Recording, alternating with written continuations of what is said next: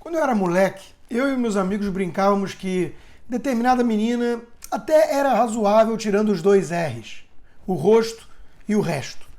Não havia o politicamente correto ainda, felizmente, e essa era a nossa forma de brincar, de tirar sarro com a baranga entre nós. Lembrei dessa história ao ver a cobertura da nossa imprensa sobre as manifestações contrárias a Jair Bolsonaro.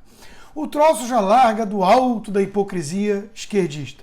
Os mesmos que chamam o presidente de genocida só por tirar a máscara em qualquer lugar e ir numa padaria, dar um mergulho, resolveram criar o conceito da aglomeração do bem, como já fizeram com o ódio do bem. A esquerda pode aglomerar, ou tentar aglomerar, pois o faz por uma causa nobre, o impeachment do genocida. Então, não espalha o vírus, pois são ícones da ciência. É palhaçada. Além disso, nós temos o de sempre nessas manifestações esquerdistas. Mortadela, muito vermelho, placas comunistas e violência.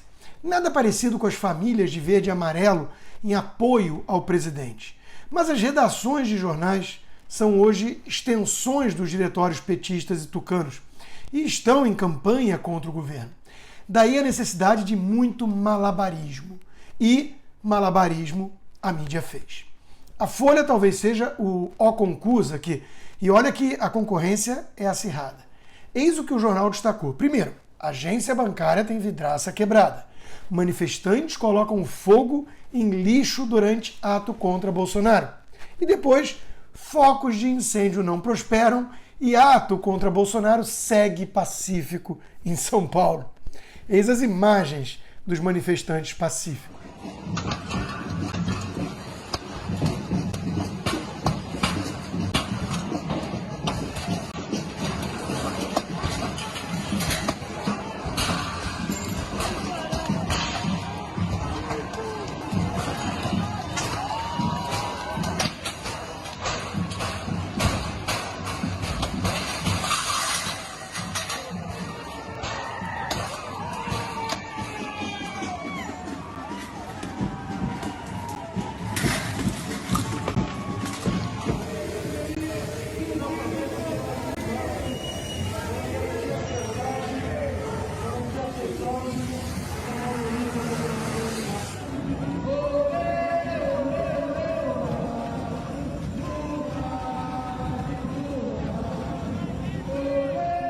Mas assim como a CNN americana passou vergonha ao falar em atos pacíficos da Antifa e dos Black Lives Matter, enquanto a imagem atrás negava a própria narrativa, com tudo em chamas, a CNN Brasil foi pelo mesmo caminho e criou os pacifistas que jogam fogos de artifício no jornalista, tudo de maneira muito ordeira e tranquila. A gente está até um pouquinho mais afastado, Roberta, mais uma vez, boa noite para quem nos assiste, porque fogos de artifício estavam sendo jogados em direção à nossa equipe, obviamente uma parte bem pequena dessa manifestação que segue de maneira ordeira e pacífica. Isso quem diz, inclusive, é a própria Polícia Militar. Em termos de público, não foi um total fiasco, tampouco algo perto de sucesso.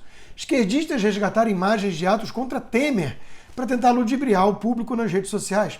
Até o G1 do Globo, que odeia Bolsonaro, teve de reconhecer que só em alguns momentos ocorreram aglomerações.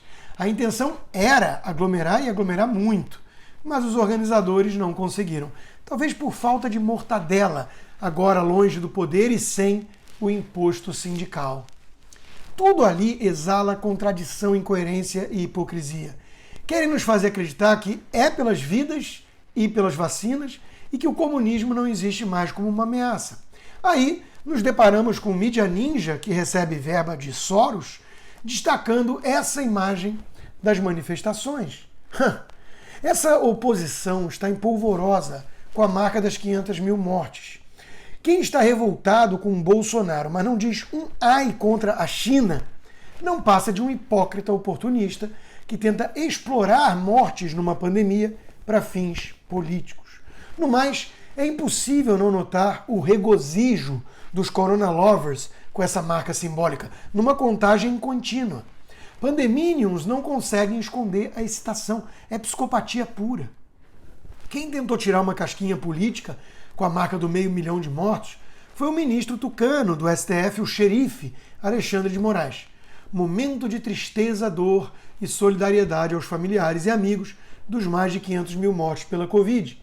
Em respeito à memória das vítimas e para a proteção da saúde e vida dos brasileiros, o país precisa de união, vacinação e respeito às medidas indicadas pela ciência, escreveu.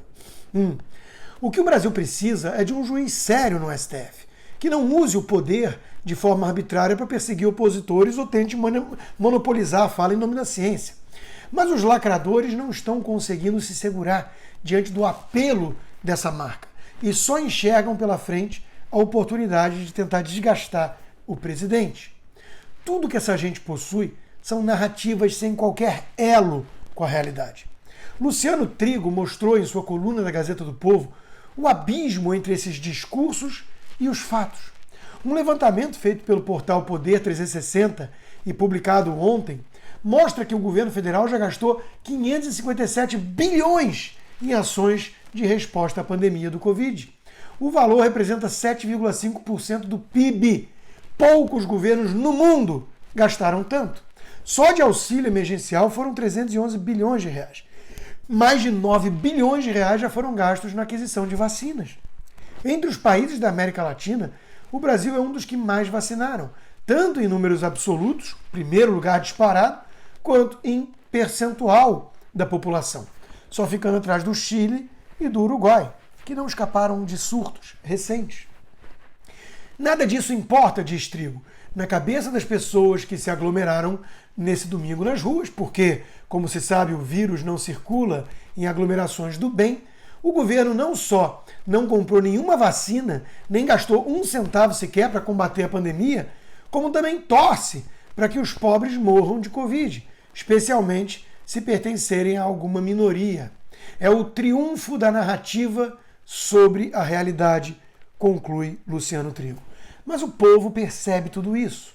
O jogo sujo de humanistas como Lula e Renan Calheiros, o duplo padrão asqueroso da nossa imprensa, a demonização injusta do presidente confundido com o próprio vírus chinês em sua variante mais agressiva.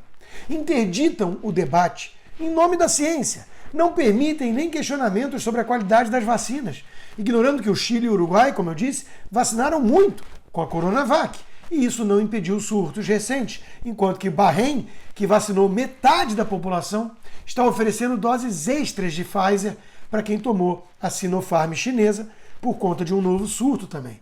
E Costa Rica não aprovou a Sinovac por falta de eficácia. Assim como nos Estados Unidos, também não há essa vacina. São os mesmos que ridicularizavam quem falasse em origem laboratorial do vírus. E agora tratam com seriedade essa opção. Lembram que essa tese era recebida com risinho de deboche nas redações antes? Éramos tratados como loucos, chapéu de alumínio, teóricos da conspiração, só por levantar a hipótese. Hoje, a mesma mídia, do nada, trata com normalidade a coisa. O tema ganhou destaque até no Fantástico da Globo esse domingo, com a polêmica sobre a origem da Covid esquentando após imagens de morcegos no que seria o laboratório de Wuhan. Criticar Bolsonaro é do jogo, é da democracia. O problema é que a postura da imprensa em geral, assim como da nossa oposição, beira o escárnio. E todos fora da bolha notam o truque. O tiro sai pela culatra.